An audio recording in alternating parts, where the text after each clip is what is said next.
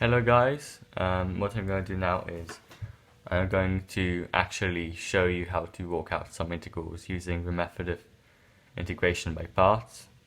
So in the last video I showed you how to derive this method and why it's valid, regardless to whether you use v prime or v in your definition. But in this video I'm going to stick to the definition of the integral of uv equals u times the integral of v minus the integral of u prime times the integral of v.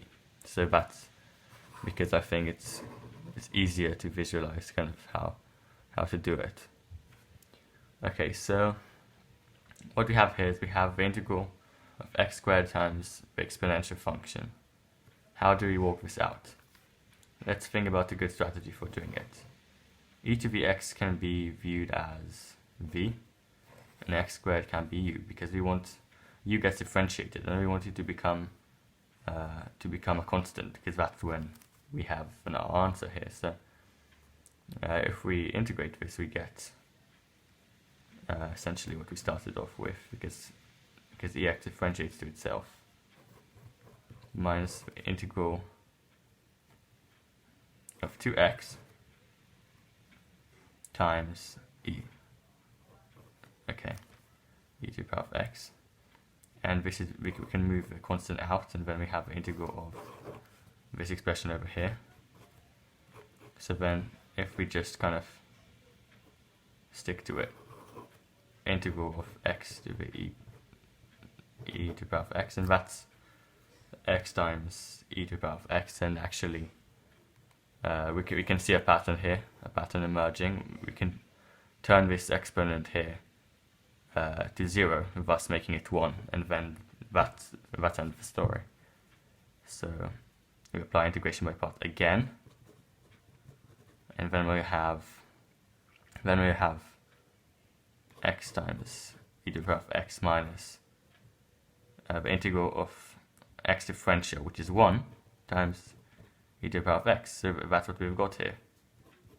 So that is this thing over here. So we can substitute it. Then we get x squared times e to the power of x minus 2, this thing over here.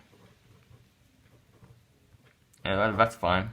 That is generally fine, but you can factorize it, and we'll kind of simplify it perhaps. Make it easier, make it take less space. So I could factorize it using the exponential function, and then I'll get this thing over here, and then plus 1. Okay, great. That's our first one done. Now let's do the second one over here. Real quick. We can take this to be, we can take x to be u, because we want to differentiate to 1, remember, and sine can be v. And then we will have, according to this formula, x times the integral of sine. What's the integral of sine? Well, we know it's minus cosine, so that's what we have here, minus the integral.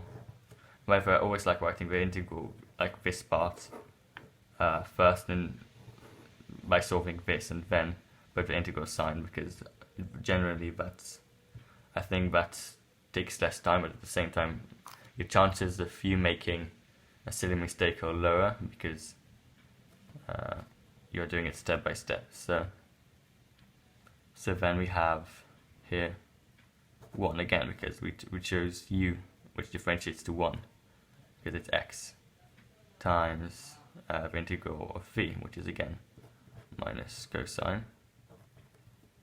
And again, if you have, this is basically the same thing as minus 1 times, so it's a constant, so we can take it out. And then we have a negative sign over here already, so it becomes a plus sign. And then what we have here is we have minus x cosine of x plus the integral of cosine, which we know is sine. So then we just, by the way, I should have added a c, a constant for integration. So that is here, which is just like a simplified version. And we are done. And hopefully in the next video I'll also get to talk to you about integration by parts using the yeet method, which is basically just using algebra whenever it gets harder. For example, with integral of e to the power of x times sine of x. So see you in the next video.